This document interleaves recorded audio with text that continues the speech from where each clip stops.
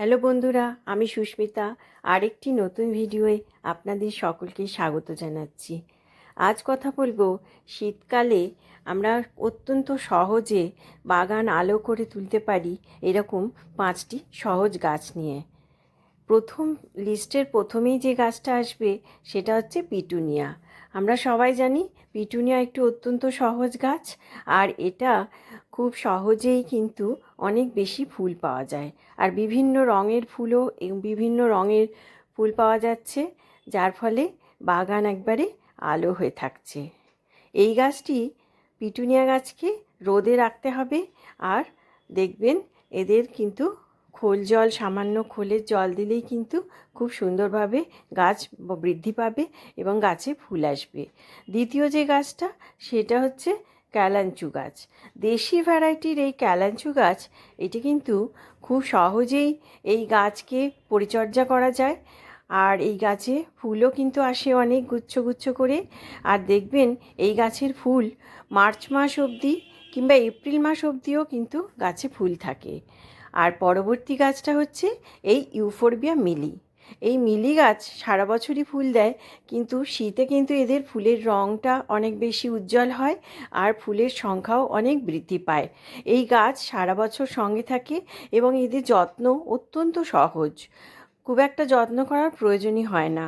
শীতের সময় এদের একটু খোল জল, আর যদি ম্যাচিওর্ড বড় গাছ থাকে তাহলে একটু মিক্সড খাবার একবার শীতের শুরুর সময় দিয়ে দিলেই কিন্তু গাছে আমরা অনেক ফুল পাবো। এরপরে পরবর্তী যে গাছ আছে সেটি হলো চন্দ্রমল্লিকা।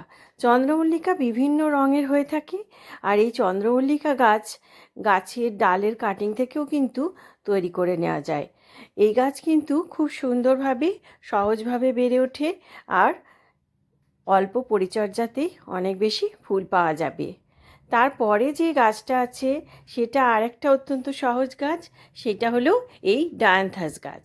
এই ডায়ান্থাস গাছটি দেখবেন মার্চ এপ্রিল মাস পর্যন্ত এদের ফুল দেখা যায়, আর যদি এটাকে যত্ন করে বাঁচিয়ে রাখা যায় তাহলে কিন্তু সারা বছরই এই গাছটা বেঁচে থাকে। পরবর্তী শীতকালেও আবার তার থেকে ফুল পাওয়া যেতে পারে। ডায়ান্থাস গাছে পরিচর্যা বলতে, প্রথম যখন গাছটা বড় হচ্ছে একটু পিঞ্চিং করে দিতে হবে, তাহলে কি হবে, গাছটা অনেক ঝাঁকড়া হবে, অতিরিক্ত পরিমাণে ফুল পাওয়া যাবে। আর পিটুনিয়া এবং ডায়ান্থাস দুটো গাছের ক্ষেত্রেই ফুল হয়ে যাওয়ার পর সেই ফুলকে কিন্তু কেটে ফেলতে হবে, শুকনো ফুলকে কেটে ফেলতে হবে, তাহলে আরও বেশি ফুল পাওয়া যাবে। শুকনো ফুল কখনোই গাছে রাখবেন না। চন্দ্রমল্লিকার ক্ষেত্রেও সে একই কথা বলা যায়, শুকনো ফুল যদি কেটে দেওয়া হয় তাহলেই ভালো হয়। এইভাবে দেখবেন চন্দ্রমল্লিকা অনেক হয়ে হবে। আর খোলের জল দেবেন। এছাড়া গাঁদা গাছ তো আছেই।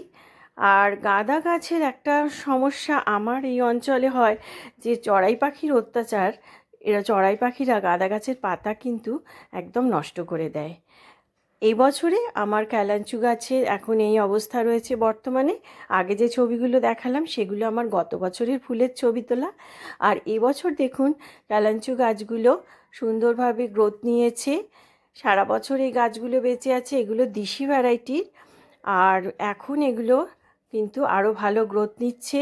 এগুলোকে আমি খোলের জল 7 দিনে একবার করে দিচ্ছি, আর কুঁড়ি এখনও আসেনি। এইগুলো ডিসেম্বরের শেষে বা জানুয়ারির শুরুতে এগুলো কুঁড়ি আসে, আর ফুলটা কিন্তু অনেক দিন অবধি থাকে, মার্চ এপ্রিল মাস পর্যন্ত এই ফুল থাকে। এরপরে দেখাচ্ছি আমার বর্তমানে আমার এই ইউফোরবিয়া মিলির কন্ডিশন। এই দেখুন গাছে এখন ফুল এসে গেছে, আর ফুলের রং অনেক বেশি উজ্জ্বল হয়েছে।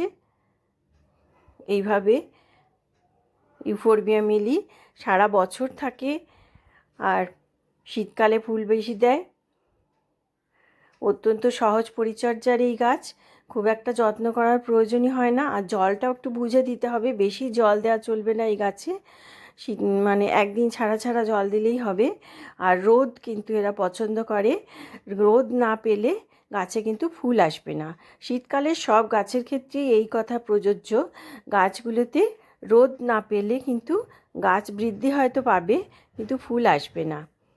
এইভাবে আমরা এই কটি গাছ করলে কিন্তু শীতের বাগান আমাদের খুব সুন্দর হবে। এছাড়া গোলাপ গাছও আছে, এটাও আপনারা করতে পারেন। এই সময় গোলাপ গাছ এনে যদি প্রতিস্থাপন করা যায়, শীতে গোলাপ ফুলও খুব ভালো হয়।